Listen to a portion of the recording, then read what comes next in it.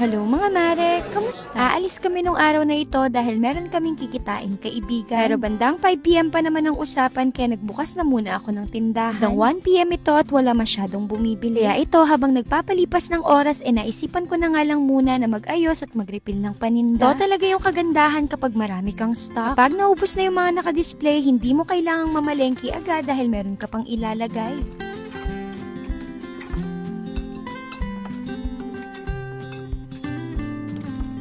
Kaya hanggat maaari, ganito talaga yung ginagawa ko. Lalo na dun sa mga paninda ko na mabenta talaga at mabilis maubos. Abay, sayang din kasi ang kikitain kung merong bibili at wala ka nang maibibigay. So kung meron ka lang din namang pambili at meron ka pang space na paglalagyan, stock ka na ng mga paninda para hindi ka nauubusan. But anyway, habang nag-aayos ako ng mga paninda ay meron ako mga parcel na dumating. Babayad pa nga sana ako pero mga pre-samples pala ito kaya mga bayad na. Bandang 4pm nagsara na ako at nag-asikaso para sa pupuntahan namin. So fast forward mga mare at nandito na kami. Dahil ito nga palang mga kasama namin ngayon ay ninong at ninang ni Sheska. At itong napaka-cute na baby na ito ay yung bunsong anak nila. Na nung nakita pa nga lang ni Sheska, tuwang-tuwa na naman siya dahil meron na naman daw siyang bagong baby sister. But anyway, bago kami magkamustahan at magkwentuhan, naisipan na nga muna namin na mag-take out ng pagkain dito sa may McDonald's. Alam nyo ba, sobrang tagal na talaga namin pinaplano na magkita-kita. So nga lang, nagkakataon na hindi talaga nagtutugma yung mga schedule namin. Yun naman, na natuloy na mukhang yung panahon naman ng ayaw makisama. Paano ba naman kasi sa kalagitnaan ng pagkukwentuhan namin bigla na lang bumuhos ang napakalakas na ulan. Buti na lang talaga meron kaming nakasetup na tent. At meron din silang dalang sasakyan kaya naisipan na nga lang namin na lumipat ng pwesto. Hindi na kami lumayo at naghanap na nga lang kami ng malapit na coffee shop dito sa park. At dito nga kami pumunta sa May Sus Cafe. First time lang namin dito at sa pagkakaalam ko bagong bukas lang to. Tapat lang siya ng Capital Town. Same building nung Chelsea Hotel. Ang linis at ang ganda ng place. Meron sila ditong hot and cold drinks at mga pastry. Di nga lang ako sure kung meron pa ba sila ditong ibang food dahil yan lang naman yung in-order namin. Magpapapicture nga sana kami kaso nga lang medyo busy yung mga staff dito. Kaya ayan, nag-setup na lang ako ng camera at nag-take ng video.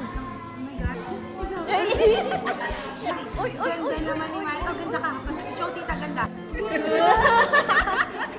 Ganda, tita. No? Oh, flying tita, flying.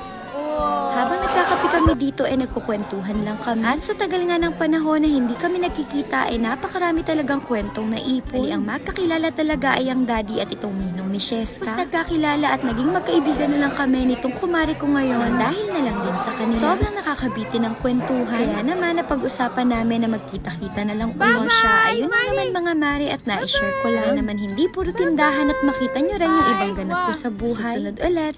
Bye!